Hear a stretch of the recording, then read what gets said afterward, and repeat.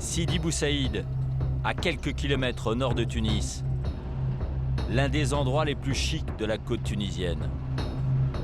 Sur la colline de Sidi Drif, l'ancien président Ben Ali et son épouse Leïla s'étaient fait construire un palais digne des Mille et une nuits. Le palais, il commence d'ici. C'est un des plus beaux paysages de la côte tunisienne. La Sadr El Mayed a été chargé par le gouvernement de gérer les biens de l'ancien dictateur, confisqués depuis la révolution du 14 janvier 2011. Salam alaikum. C'est la première fois qu'une équipe de télévision occidentale est autorisée à y pénétrer. Ben Ali a abandonné ce palais après sa fuite du pays. Désormais, c'est un véritable camp retranché, gardé jour et nuit. Pour rentrer, il faut des autorisations officielles et les gardiens vérifient tout. C'est la haute sécurité. Et ça va de soi. Vous allez découvrir la caverne d'Ali Baba. Le domaine est à l'image de l'ancien dictateur, totalement démesuré.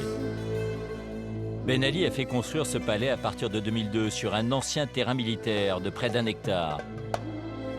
Personne ne connaît le prix des travaux. Seule certitude, ils ont été réalisés aux frais du contribuable tunisien. Ce que nous découvrons à l'intérieur dépasse l'imagination. 11 000 mètres carrés, 332 pièces et une décoration hors de prix. Regardez un petit peu. Regardez le lustre. C'est une fortune exorbitante. C'est en cristal. Plus surprenant encore, sur les murs et au sol, des peaux de bêtes.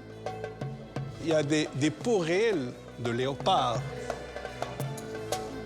Cette pièce servait de salle de jeu pour le petit Mohamed, le fils de Ben Ali et Leïla. Né en 2005, il était considéré comme le futur héritier. Mohamed vivait ici seul avec ses parents, quasi retranché, sans contact avec le pays réel. L'enfant avait sa suite. C'est son monde à lui ici. Voilà, c'est son salon, son bureau, sa télé. On lui apprend à être empereur. Même les meubles de la chambre de l'enfant sont des pièces d'orfèvrerie. Les lits sont en argent. Tout ce que vous voyez, c'est en argent. Une salle de bain en jacuzzi. Regardez le dallage, le dessin en bas. Tout dans ce palace était fait pour donner au dictateur l'image de sa puissance. La Sadr nous montre la salle à manger, immense, somptueuse. Puis le coin maquillage de la chambre de Leïla Ben Ali, décorée avec de l'or. Regardez la taille et le poids de l'or placé dans cette chambre. Les peintures sur les murs sont également ornées de feuilles d'or. Même les cadres des tableaux, là, les tableaux les plus de valeur, regardez, c'est en feuilles d'or. Vous ne pouvez même pas avoir une idée claire de ce que vivait son peuple. De voir tant de luxe sur un même endroit, ça me fait mal comme Tunisien. Statues d'ivoire, porcelaine de musée, vases de Chine, le palais regorge de trésors. Avec l'argent détourné, le dictateur et sa famille ne se refusaient rien. La piste d'atterrissage de l'hélicoptère. Un héliport, une plage privée en contrebas reliée par une route sécurisée qui rejoint le palais. Une piscine sur la grande terrasse dominant la mer. Et une autre encore dans les sous-sols, avec salle de relaxation. Rien que dans cette résidence, il y a plus de 50 000 objets. L'ensemble du palais, ce qu'il contient, est évalué à plus de 500 millions d'euros. L'inventaire détaillé des multiples biens de la famille va prendre des années. D'autant plus que cette fortune n'était pas uniquement mobilière. Dans cette bibliothèque, c'est Ali. Un coffre-fort caché derrière un faux livre, comme dans les films. Voilà. Voilà, c'est comme ça, mais une tirette.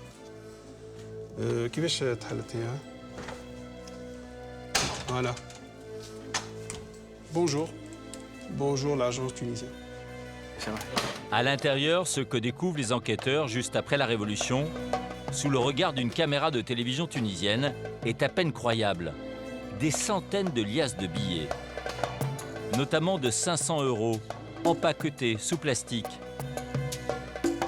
Mais aussi des devises en provenance du monde entier. En tout, plus de 20 millions d'euros d'argent liquide. Une somme colossale abandonnée par Ben Ali au moment de sa fuite. Une goutte d'eau comparée aux milliards détournés par la famille durant son règne. Fin 2010, les révolutions arabes enflamment l'Afrique du Nord et le Moyen-Orient. Tout a commencé en Tunisie par des manifestations durement réprimées. La colère se répand comme une traînée de poudre et fait tomber certaines des dictatures les plus dures, mais surtout les plus riches.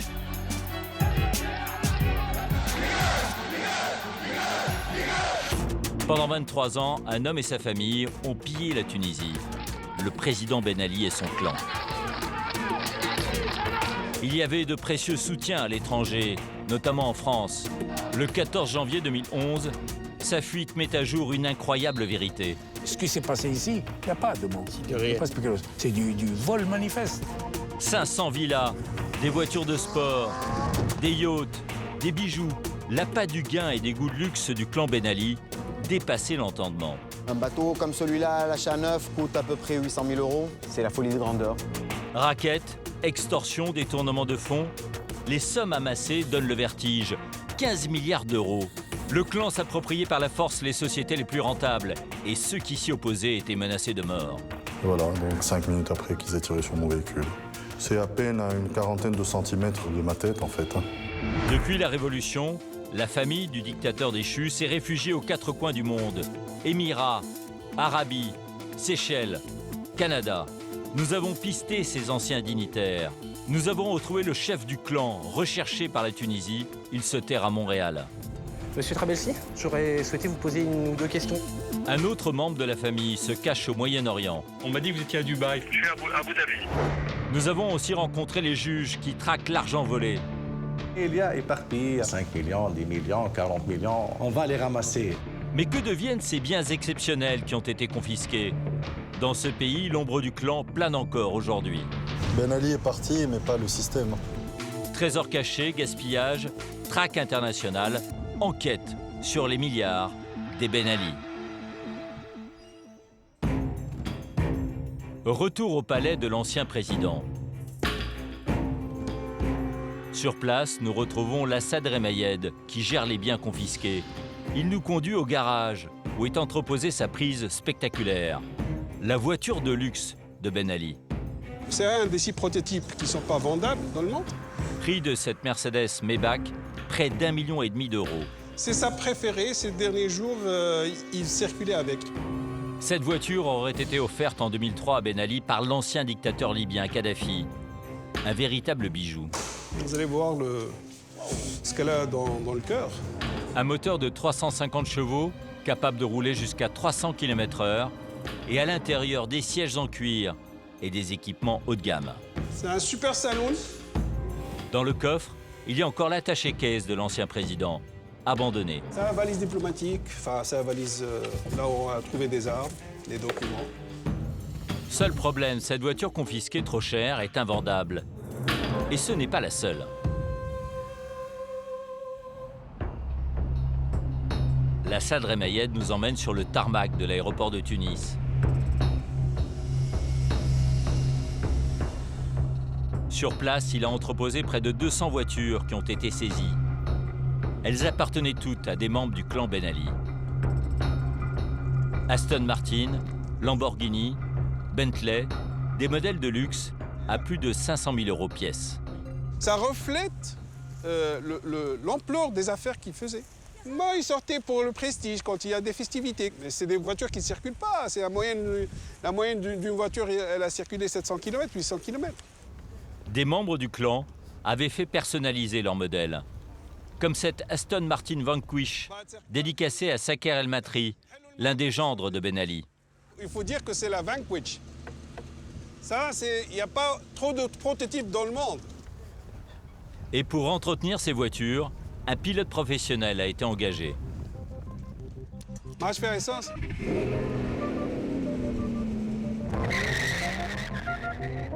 Sa mission, faire tourner régulièrement ses véhicules haut de gamme, afin que les moteurs restent en état de marche, pour pouvoir mieux les revendre par la suite.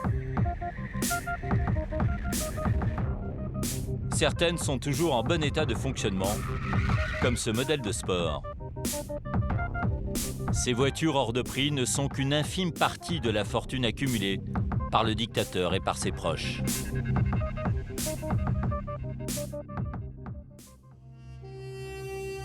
Pendant 23 ans, le clan Ben Ali a pillé la Tunisie. Toute la famille était impliquée. Elle avait fait main basse sur les secteurs les plus lucratifs de l'économie.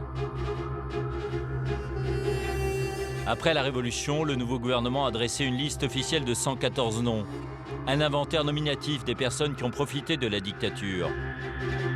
Leurs biens ont été saisis par l'État tunisien. En tête, Ben Ali et ses enfants. En fait, la famille était coupée en deux clans. D'un côté, les gendres de Ben Ali, de l'autre, les Trabelsi, la famille de sa femme, Leila. Chacun avait un domaine de prédilection. Saher El-Matri, souvent présenté comme le dauphin de Ben Ali, le gendre préféré, grâce à sa proximité avec l'ancien dictateur, il s'est constitué en quelques années un empire dans les médias et la banque. Marwan Mabrouk, le monsieur bonnes affaires de la famille, un autre gendre du président. Son domaine, la grande distribution et les télécoms sur lesquels il avait fait main basse. Slim Chiboub, plus connu sous le nom de monsieur Bakshish, encore un gendre de Ben Ali. Président du grand club de football de Tunis, il prenait des commissions dans tous les secteurs. Du côté des Trabelsi, la famille de Leila Ben Ali, deux personnes ont contribué principalement au pillage du pays. Imed Trabelsi, le gangster de la famille, un neveu spécialiste de l'extorsion de fonds et du vol, avec des méthodes dignes du grand banditisme. Et enfin, Belhassen Trabelsi, le promoteur véreux. Frère de Leila, c'était le chef du clan. Il a touché à de nombreux secteurs, hôtellerie, aviation, industrie, finance, mais son domaine favori, c'était l'immobilier. Les membres du clan sont pour la plupart en fuite. Nous les avons traqués. Pour comprendre comment Belhassen Trabelsi, le chef du clan, s'est enrichi, direction Gamart, une des plus belles stations balnéaires au nord de Tunis. Mer turquoise, plages sauvages, hôtels de luxe. Ici, les terrains sont les plus chers de Tunisie. 1 500 € le mètre carré. Belhassen Trabelsi a multiplié les opérations juteuses. Sa technique, le rachat de terrains qui devenaient constructibles, comme par miracle. Des terrains ensuite revendus, avec un énorme profit. Belhassen Trabelsi a empoché ainsi des millions. Au moment de la Révolution, il s'est envolé, laissant derrière lui une situation chaotique. Zid est directement concerné. Après un long exil, il s'est installé dans cette résidence avec vue sur la Méditerranée en 2011. Mais ici, le fantôme de Belhassen Trabelsi hante encore les lieux. Aujourd'hui, Zid rend visite à l'un de ses voisins, Bouraoui, qui a les mêmes problèmes que lui. Monsieur Bouraoui. Ça va, c'est bien. Ça me fait plaisir. C'est si grand, hein? Il y a une quinzaine d'années, Bouraoui a tout misé dans cet appartement de 5 pièces, acheté 300 000 €. Le rêve d'une vie, une fortune en Tunisie. S'il a acheté si cher ce logement, c'est pour cette vue unique sur la mer. Avec l'assurance que ce terrain en friche, en contrebas, resterait un parc, car c'était une zone protégée. Mais Belhassen Trabelsi a racheté ces 3 hectares pour une bouchée de pain en 2008, pour en faire un lotissement. Ils vont construire devant moi, je n'aurai plus de vue sur la mer, et la valeur de cet appartement, pour moi, elle descend de 50 à 60%. Je perds la valeur. Une perte de 150 000 € pour lui. Le beau-frère de l'ex-président a revendu ce terrain en parcelles, prête à être construite, et il a multiplié sa mise par 5. Je vous montre en bas, c'est mieux. En bas, vous allez mieux voir. Au milieu des friches, au bas de son immeuble, Bouraoui explique ce qui va se passer. Voilà, toute cette superficie va être construite en immeuble collectif. Je te montre le plan d'ensemble, c'est-à-dire toute la zone verte qui est ici. Regardez, elle est divisée en parcelles. Des travaux d'aménagement ont débuté. Les réseaux sont en cours d'installation.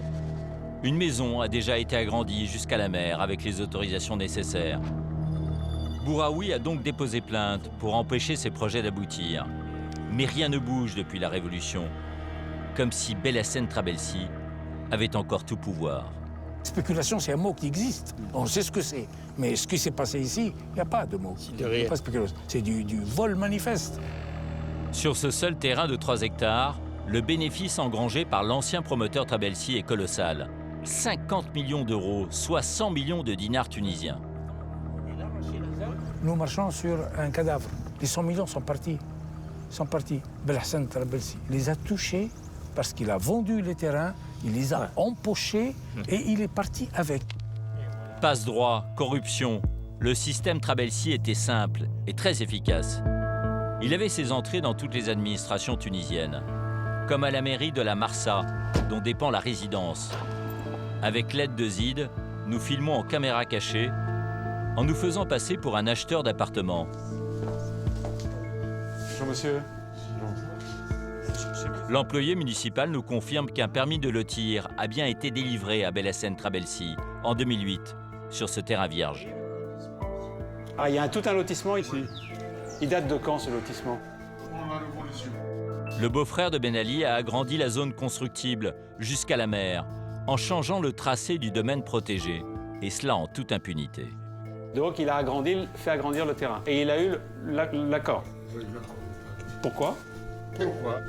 L'employé hésite avant de répondre avec humour.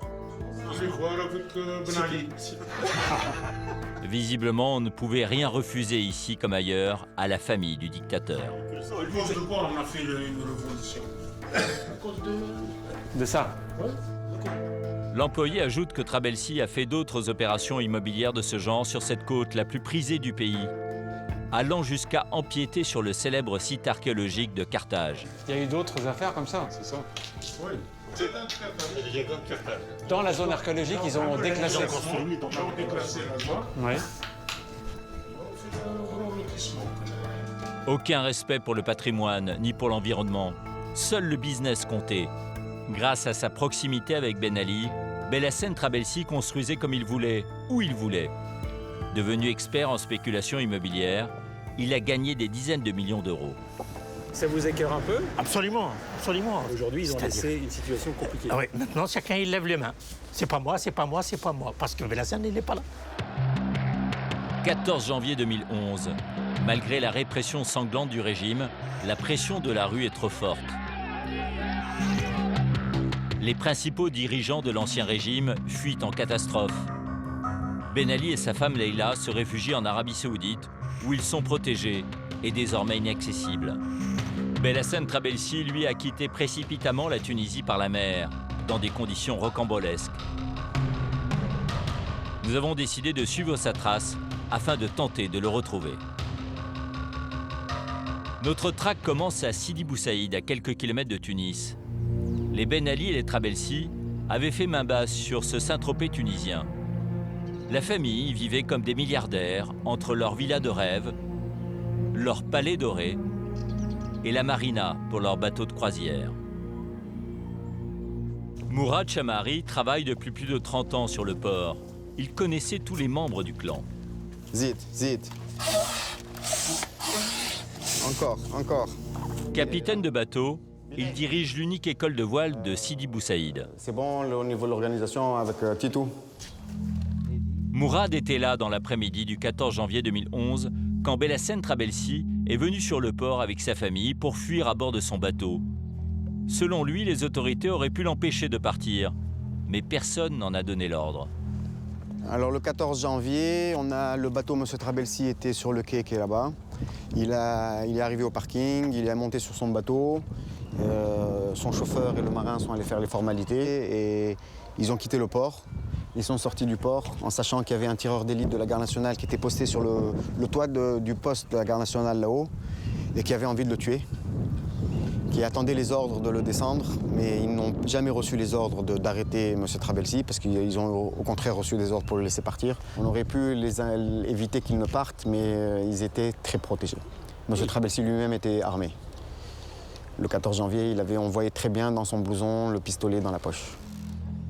Belhacem Trabelsi quitte donc librement le port de Sidi Bou Saïd. Selon nos informations, il s'est ensuite caché plusieurs jours en Italie et en Égypte avant de s'envoler vers l'Amérique du Nord pour y trouver refuge. C'est à Montréal, au Canada, que nous poursuivons notre enquête. Belhacem Trabelsi est arrivé dans la province de Québec en janvier 2011. Mais il a rapidement disparu des radars. L'homme le plus recherché de Tunisie, condamné dans son pays à 15 ans de prison pour des délits financiers, vit peut-être quelque part, caché dans ce grand pays. À Montréal, nous prenons contact avec des Tunisiens qui vivent ici. Plusieurs d'entre eux ont pisté Belhacem Trabelsi, avec succès dans les premiers mois, avant de perdre sa trace. Mourad fait partie de ceux qui ont mis la pression sur l'ancien dignitaire. En 2011, il a passé le plus clair de son temps à troubler l'exil de Belhacem Trabelsi. Comme lorsque Belhacem emménageait dans une résidence cossue à quelques kilomètres de Montréal. Direction avec lui, le château Vaudreuil. Donc c'est ici. Ça, c'était la première résidence de Belhacem Trabelsi à son arrivée à Montréal. Prévenu de la présence de Belhacem Trabelsi, Mourad est venu manifester devant cet hôtel, accompagné d'autres Tunisiens du Canada. Ils sont venus ici même manifester contre la présence de Belhacem Trabelsi à Montréal. Donc Belhacem n'est pas resté ici longtemps. Première victoire. Mourad décide de le traquer sans relâche. Son but, qu'il soit renvoyé en Tunisie pour être jugé. Ses investigations le mènent dans les quartiers les plus chics, les écoles les plus chères de la ville. Scolarité à 13 000 € par an pour ses 3 filles, résidence de luxe, Mourad a découvert que Belhacem ne se refusait rien. Par la suite, il a déménagé, disons, dans un hôtel encore plus luxueux, centre-ville de Montréal. Cet hôtel est l'un des plus chers de la ville. Belhacem Trabelsi a vécu ici plusieurs mois, à plus de 400 € la nuit. Donc on peut voir que le niveau de confort n'a pas trop baissé. Mais c'est surtout ici que Mourad a perdu la trace de Belhacem en 2012. Quelques mois après son arrivée sur le sol canadien, Trabelsi s'est envolé dans la nature. C'est à partir de cette adresse-là qu'on l'a perdu en fait. Mourad n'en sait pas plus. Impossible pour nous de savoir où habite le fugitif, qui est sous le coup d'un mandat d'arrêt international. Nous décidons de continuer l'enquête.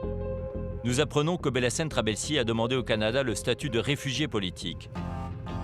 Pour lui, tous les moyens sont bons pour éviter d'être renvoyé en Tunisie. Pour obtenir ce statut, il est obligé de se rendre régulièrement dans ce tribunal chargé des questions d'immigration afin de plaider sa cause. Il y vient secrètement, à des dates inconnues, et les audiences ne sont pas publiques. Une longue surveillance commence. Après plusieurs tentatives infructueuses, c'est dans le hall d'entrée que nous finissons par le croiser pour la première fois. C'est cet homme en noir avec une mallette qui passe devant nous. Régulièrement, il ressort pour fumer une cigarette. Dans la cour du tribunal, il est rejoint par son avocat. Les deux hommes discutent tranquillement, puis repartent pour l'audience. Celle-ci se déroule à huis clos. Pour l'instant, nous ne pouvons pas aller plus loin. Nous le retrouvons à midi au restaurant près du tribunal, toujours accompagné de son avocat. Puis il ressort encore, fumer une cigarette. Nous en profitons alors pour aller lui poser quelques questions. Bonjour, monsieur Trabelsi. Bonjour, je suis journaliste pour la télévision française. J'aurais souhaité vous poser une ou deux questions. Est-ce que vous accepteriez de répondre? Je peux pas, je suis en procès. L'ex-beau-frère du président Ben Ali a bien changé.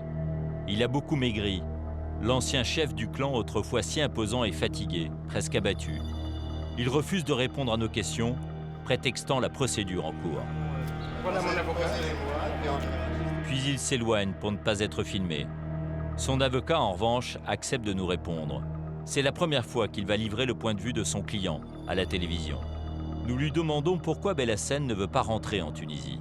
Lorsqu'il a quitté la Tunisie, il y avait des menaces de mort, les maisons étaient saccagées.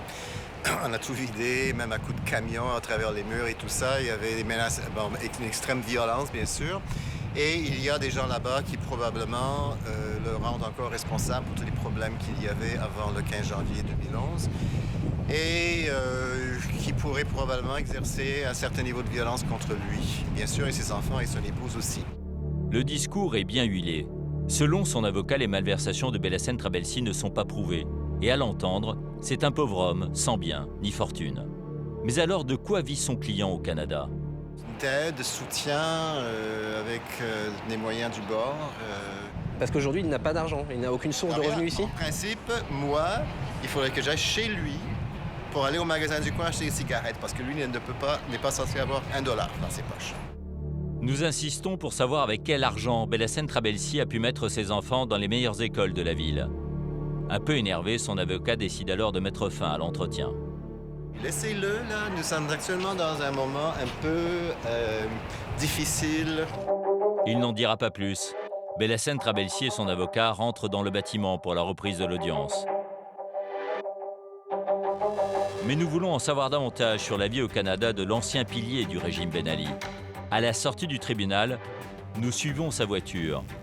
C'est cette grosse cylindrée noire devant nous. C'est bon, on l'a, allez. Attends, on sort du tunnel. Il tourne sur Sainte-Catherine.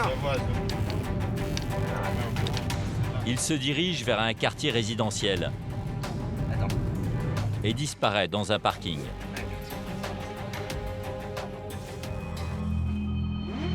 Apparemment, Belhacène Trabelsi habite dans cet immeuble cossu du centre-ville de Montréal, sur une des principales avenues. La résidence est surveillée. Impossible d'y pénétrer si l'on n'y habite pas. Et ces 96 appartements semblent réservés à des résidents plutôt fortunés. Pour en avoir le cœur net, nous décidons de nous faire passer pour des locataires intéressés par un appartement.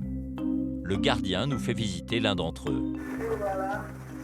Ah oui, c'est quand même un grand appartement, d'accord.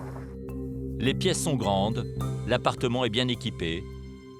Dans la salle de bain, du marbre partout. Le plus petit logement de la résidence se loue au moins 2000 € par mois.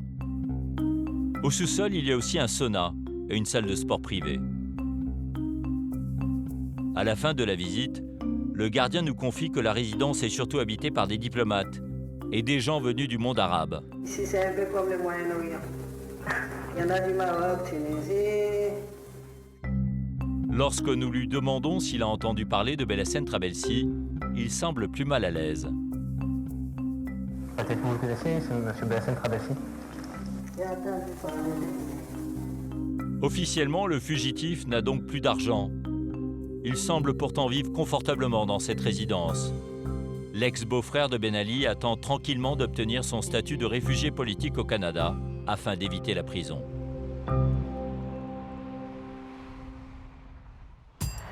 Car c'est bien le cœur du problème. Les anciens dirigeants tunisiens sont en fuite. Leur fortune s'est envolée et la justice tunisienne croule sous le travail. À Tunis, nous poursuivons notre enquête. Nous avons rendez-vous dans ce bâtiment hyper protégé. Ici travaille un petit groupe de magistrats chargés de coordonner la traque des anciens dignitaires et de leur argent. Le procureur Belkadi est l'un d'entre eux.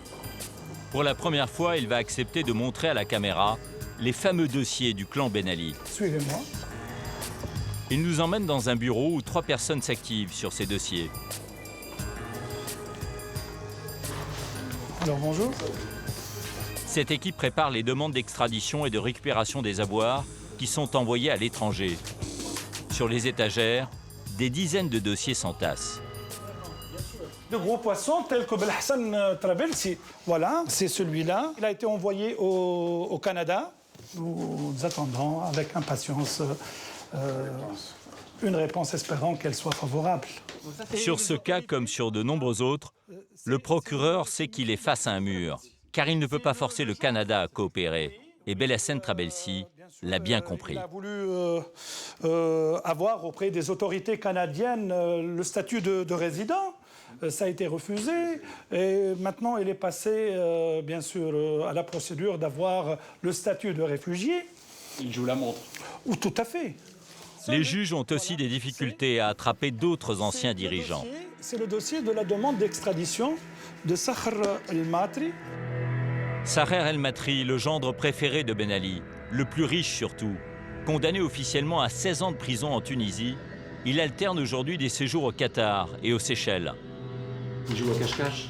Oui, c'est ce que nous déduisons, qu'à chaque fois qu'on le localise, alors il s'enfuit.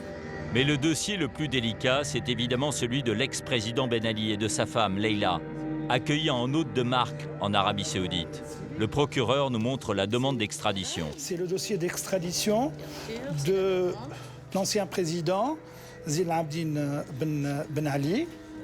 Alors, ça a été envoyé par la voie diplomatique le 14 avril 2011. Comme pour les autres dignitaires en cavale, aucune réponse de leur pays d'accueil.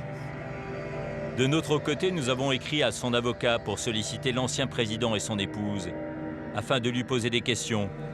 Notre demande d'interview est restée vaine. Seules quelques images de son exil saoudien existent. Ces photos de l'ancien dictateur et de son fils Mohamed, postées sur Internet, puis aussitôt retirées. Ben Ali était autrefois un invité de marque pour les princes saoudiens. Aujourd'hui, ceux-ci ne veulent pas que l'on dérange leurs protégés. Pour certains pays, sans bien sûr une volonté politique, on ne peut pas arriver à avoir de réponses positives. Pour mettre la main sur le clan Ben Ali, la Tunisie a peu de moyens de pression. Et traquer les milliards détournés relève de la mission impossible. Avec ses collègues, le procureur Belkadi fait le bilan des 600 enquêtes financières lancées contre les membres de la famille. Il y a sur les 608 affaires, seulement 60 affaires qui ont été jugées maintenant. 60 affaires. Malgré 3 années d'enquête, 10% des dossiers ont abouti. Le résultat est maigre. Et un seul de ces dossiers a permis de récupérer de l'argent caché à l'étranger. Un cas d'école pour le juge Mohamed Askri. Ça a commencé par une perquisition au palais de l'ex-président de Sidi Bou Saïd. Souvenez-vous, dans le palais de Ben Ali, les enquêteurs ont trouvé en 2011 20 millions d'euros en liquide. Mais ce n'est pas tout. Ils ont aussi mis la main sur un document exceptionnel. On a pu trouver une copie d'un extrait bancaire qui montre que la femme de l'ex-président possédait un compte bancaire à Beyrouth, au Liban, un compte secret. Voilà le numéro de compte, ça. Un compte secret au nom de Leila Ben Ali, doté de 28 millions de dollars. Grâce à ce document, la Tunisie a pu récupérer cette somme. Par la réception d'un chèque, voilà, 28 800 818 $. C'est avec le principal et les intérêts. Les 800 818, c'est des intérêts. Le principal, c'est 28 millions. Une victoire symbolique par rapport aux 15 milliards détournés, mais qui permet aux juges de rester confiants. Il y a éparpillé un peu ici, un peu par là, 2 millions, 3 millions, 5 millions, 10 millions, 40 millions. On va les ramasser de toute façon, mais c'est une question de temps. Les Tunisiens doivent donc s'armer de patience. La Suisse pourrait prochainement rendre à la Tunisie quelques dizaines de millions d'euros retrouvés sur des comptes bancaires, dont ceux de Belhacem Trabelsi. Et un dossier pourrait avancer dans les mois qui viennent. C'est celui de Slim Chiboub.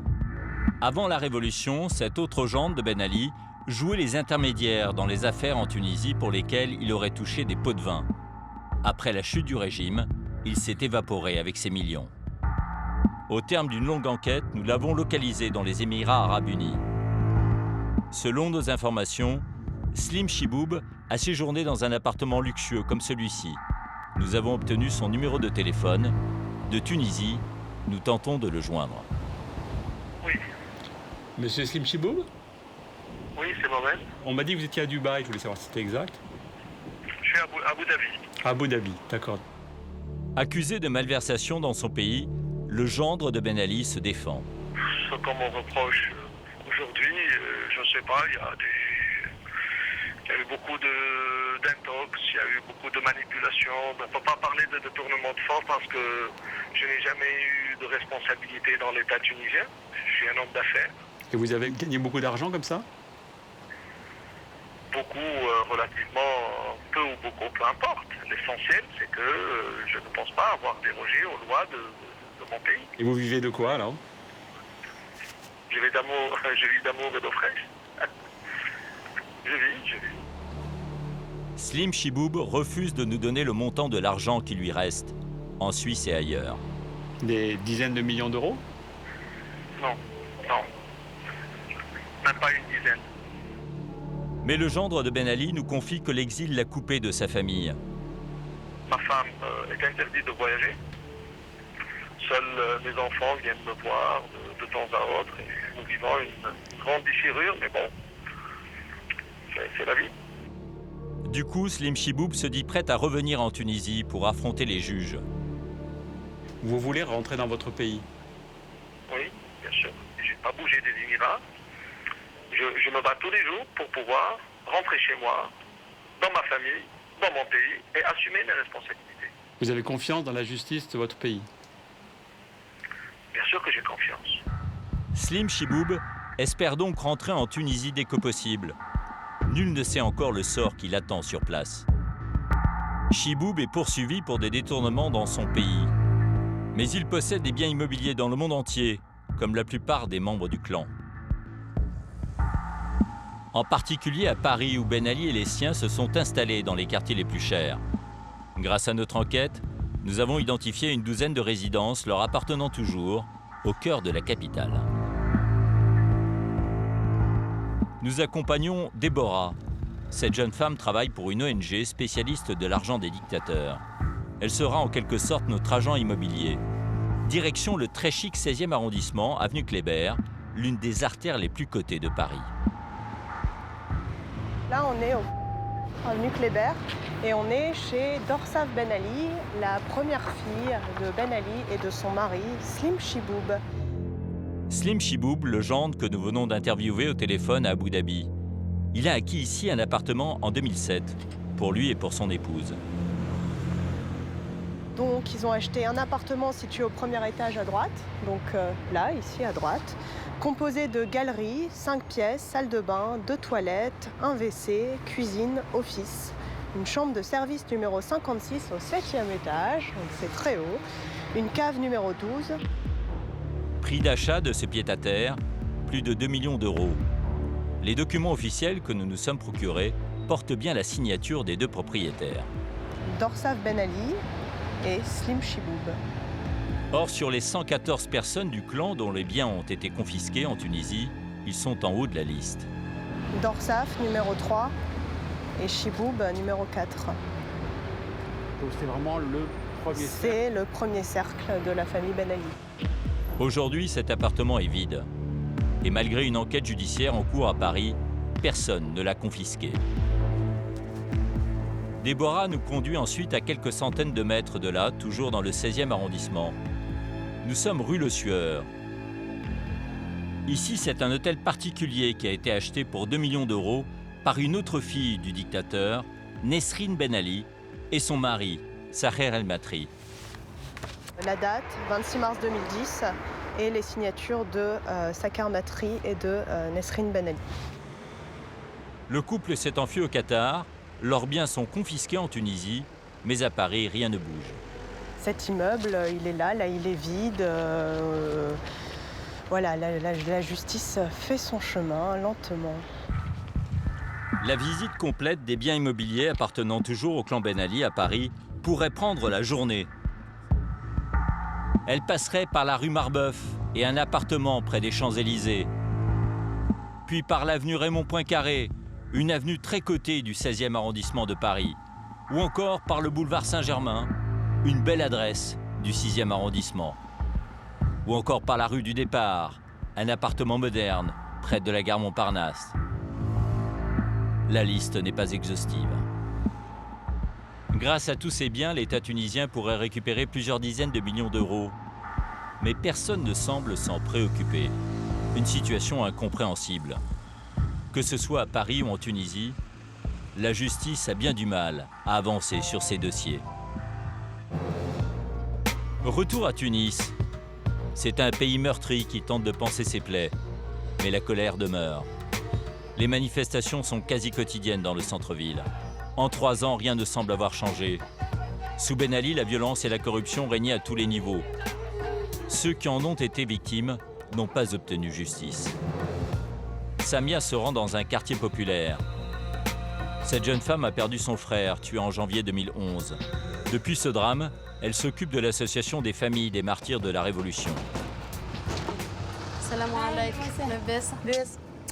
Elle vient prendre des nouvelles de Madame Mansri, dont le fils a lui aussi été tué quelques jours avant la chute du régime.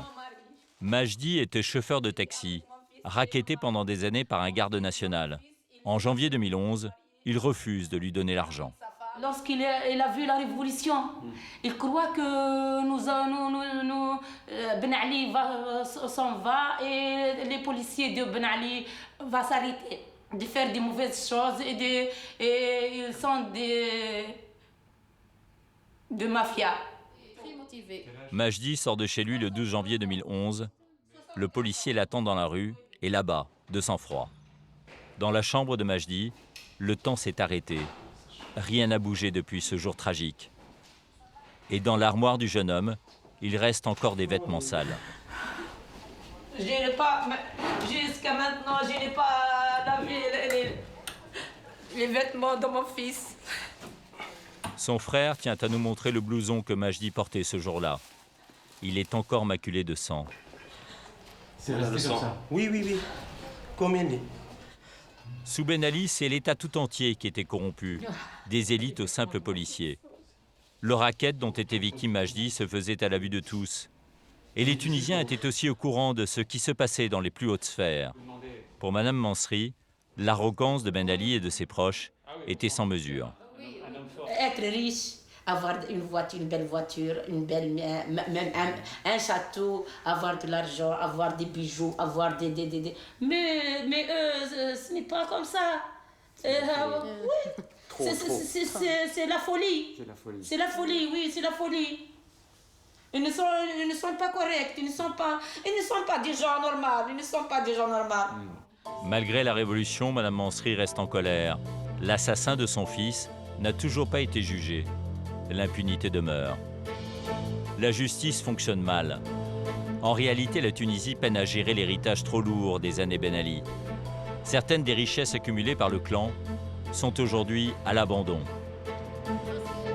À l'image des bateaux de l'ancien dictateur et de sa famille. Nous retournons au port de Sidi Bou Saïd. Sur place, nous retrouvons Mourad Chamari, le directeur de l'école de voile. Il nous emmène dans la zone où ces bateaux sont entreposés. Il nous montre un premier yacht qui appartenait à Imed Trabelsi, le neveu aux méthodes de gangster de Leila Ben Ali, un homme redouté sur ce port. Il avait baptisé son yacht Liberté. Alors ce bateau s'appelle Freedom. Pour quelqu'un qui tapait ses marins et son personnel. Ah bon? Oui, il est arrivé sur le port ici qu'il massacre un électricien parce qu'il était arrivé en retard. Il s'est retrouvé avec des côtes et un bras cassé et personne n'a jamais rien fait. Parce qu'il était... Parce que c'était Imed Trabelsi. Mais aujourd'hui, le Freedom n'est pas en très bon état. On voit que le bateau, quand il était dans l'eau, il a tapé sur le quai. Personne n'a jamais rien fait pour le protéger. C'est malheureux, c'est un bateau qui coûte à peu près 320 000 euros, 320 000 sur le marché actuel. Dans l'état où il ne dépasse pas les 100 000 euros. À côté, un autre yacht, le Soufia. C'était l'un des bateaux de Belassène Trabelsi, le frère de Leila, réfugié au Canada.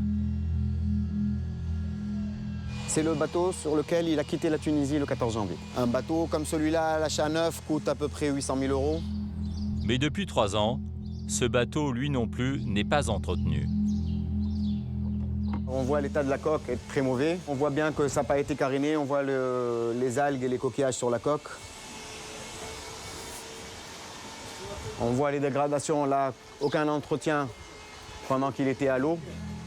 L'État tunisien aurait pourtant pu récupérer de l'argent en vendant ses bateaux rapidement. Mais il n'a rien fait. Mais aujourd'hui, à quoi ils servent? À rien. Sans entretien, un bateau perd toute sa valeur et là, je pense que même les moteurs ne doivent plus marcher.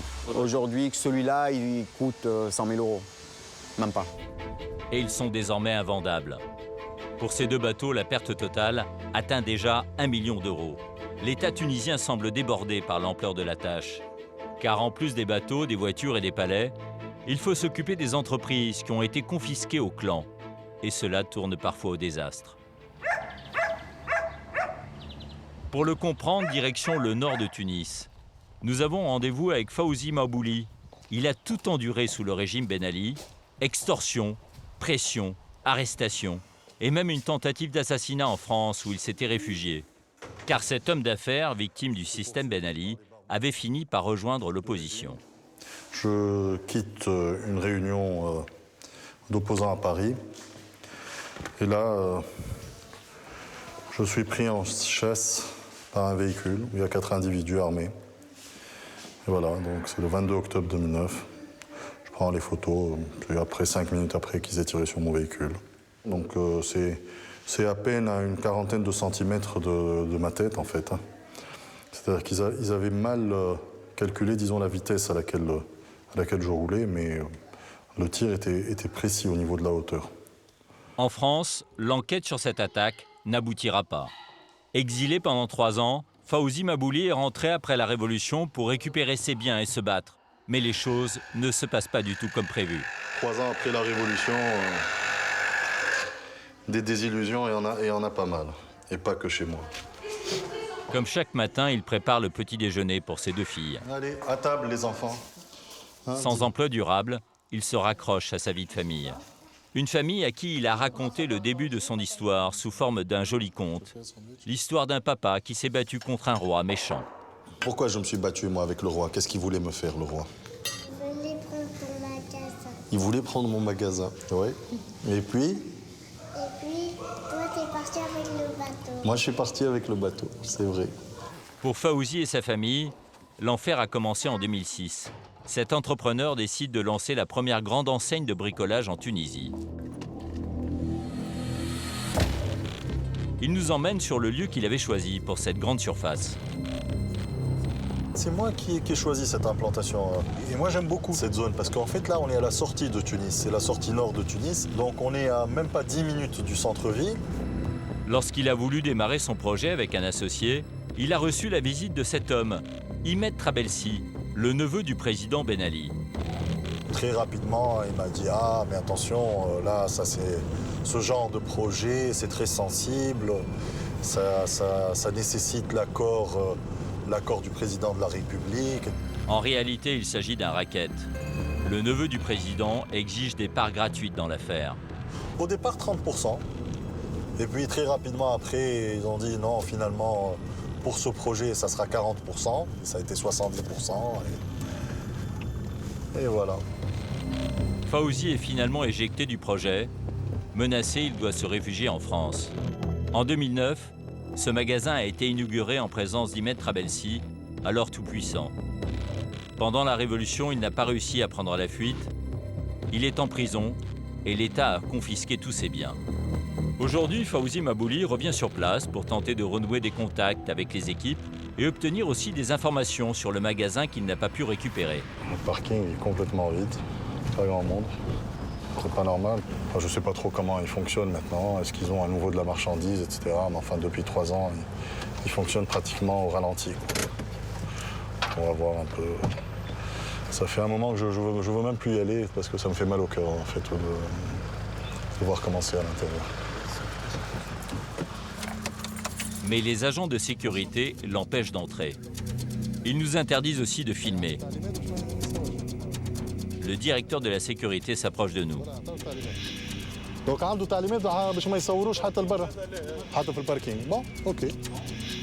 Nous ne comprenons pas les raisons de ce refus. De toute façon, lui, il exécute. Manifestement, ça doit être, je suppose, le directeur qui a été nommé par le ministère des Finances qui lui a dit de pas nous laisser filmer. Et il n'y a pas que notre caméra qui dérange. Fawzi n'est pas le bienvenu. C'est comme ça que ça se passe depuis 3 ans. Ça, c'est un dossier qui est sensible. Nous quittons les lieux. On avait promis à Fawzi qu'il reprendrait les rênes du magasin. Mais rien ne s'est passé comme prévu. Aujourd'hui, la situation reste bloquée. Pour en avoir le cœur net, nous retournons au magasin en nous faisant passer pour de simples clients.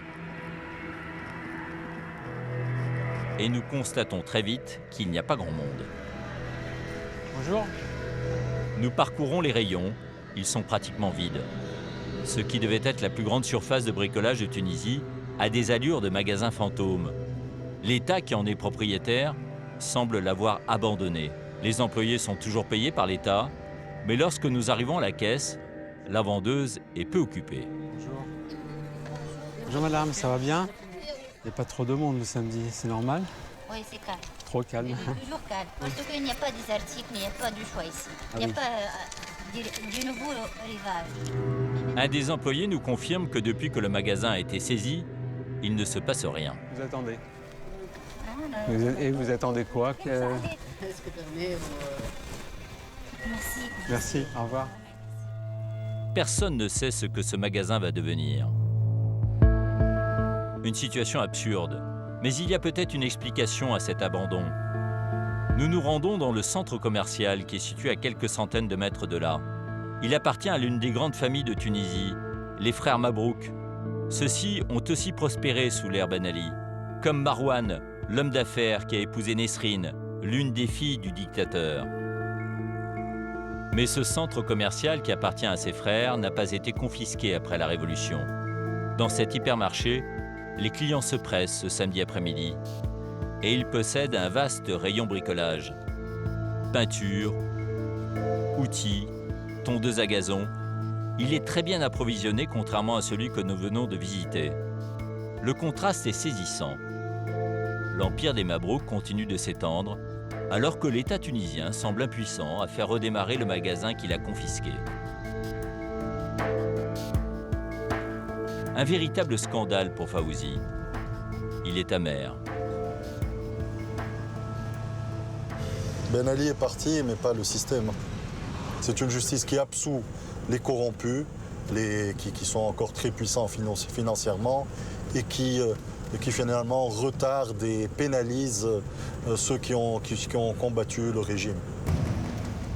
Mais la gestion de l'après-Ben Ali comporte aussi quelques succès. L'État tunisien a tout de même confisqué plus de 600 entreprises que les proches de l'ancien dictateur contrôlaient, dans tous les secteurs de l'économie. Il a confié certaines d'entre elles à des équipes d'experts au sein de sociétés publiques, comme Al-Karama. Mohamed Chekir est l'un d'eux. Ce manager de choc supervise une soixantaine d'entreprises qui appartenaient au clan. Il doit les céder au plus vite pour récupérer l'argent qui manque dans les caisses de l'État. Le patron d'Al-Karama a déjà récupéré 500 millions d'euros. Il espère en rapporter le double. Mais il faut d'abord gérer les sociétés confisquées et les remettre à flot avant de pouvoir les revendre. Comme au port de la Goulette, aux portes de Tunis. Mohamed Chekir a rendez-vous avec le patron de l'une de ces entreprises. Bonjour. Comment ça se passe? Vous savez. Moustapha Jaber dirige Goulet Shipping Cruise, une des sociétés confisquées qui est en charge de l'accueil des vacanciers sur le port. Ce matin, Mohamed Chekir et Moustapha Jaber sont venus assister au retour des grands bateaux de croisière. Depuis la Révolution, ils avaient déserté et du coup, le trafic avait chuté de moitié dans le port. Et là, le bateau qu'on voit arriver, ils n'étaient pas venus depuis 3 ans, c'est ça? Oui, depuis 2011. Depuis 2011, c'est la première fois qu'ils arrivent. C'est une très grande fierté, très grande fierté. C'est euphorique, c'est très euphorique. C'est 3500 passagers, sans compter les marins, de l'ordre de 1500. 8 heures du matin, les passagers débarquent pour des excursions à la journée. Il y a un deuxième navire qui vient à mon avis. C'est un paquebot encore plus gros qui s'avance pour accoster sur un autre quai. Une véritable manne pour Goulet Shipping Cruise. Car sous le régime de Ben Ali, un de ses gendres, Saher El Matri, avait créé cette société et obtenu un contrat sur mesure pour s'installer sur les quais. Et il avait imaginé une combine juteuse. Ouvrir une galerie de boutiques souvenirs pour faire payer les visiteurs, à la fois lors du débarquement et lors du retour sur le bateau. C'est une forme de passage obligé pour aller vers le bateau. Voilà c'est quand même, c'est une démarche commerciale. Ah, combien ils dépensent à peu près, vous savez, par... Voilà, par panier, c'est plus de 10 euros par passager. Hein. À raison d'1 million de passagers par an, le business de Goulet Shipping Cruise était très rentable. Le gendre de Ben Ali avait été lourdement privilégié. C'est une concession qui est donnée à un de la famille de Ben Ali. C'était pas possible de donner, on n'aurait pas pu donner ce type de projet à quelqu'un d'autre. Donc il y a toujours un avantage qui est donné. On ne peut pas le nier, ça c'est tout à fait... et ça pouvait rapporter beaucoup d'argent. Et ça rapporte beaucoup d'argent et beaucoup de cash aussi. Bon, maintenant que c'est confisqué, on va essayer de faire de notre mieux pour que ça réussisse. Aujourd'hui, le retour des gros paquebots réjouit le patron de Goulet Shipping Cruise et Mohamed Chikir, qui représente l'État actionnaire. On est content parce que les choses reprennent un petit peu, mais aussi je suis content pour les Tunisiens. Surtout après la Révolution, les choses n'ont pas bien démarré au départ. Maintenant, ça commence à démarrer et la reprise va dans le bon sens. Vous avez presque envie de serrer les mains de tous les touristes. Oui, effectivement, et de les embrasser également. En haute saison, ce sont 2 bateaux grands comme celui-ci qui accostent chaque matin dans le port de la Goulette à Tunis. C'est un hôtel flottant, vraiment. Et chaque jour, ce sont des milliers de touristes qui débarquent accueillis par des fanfares et des bouquets de fleurs. Et ce sont des millions d'euros qui sont dépensés.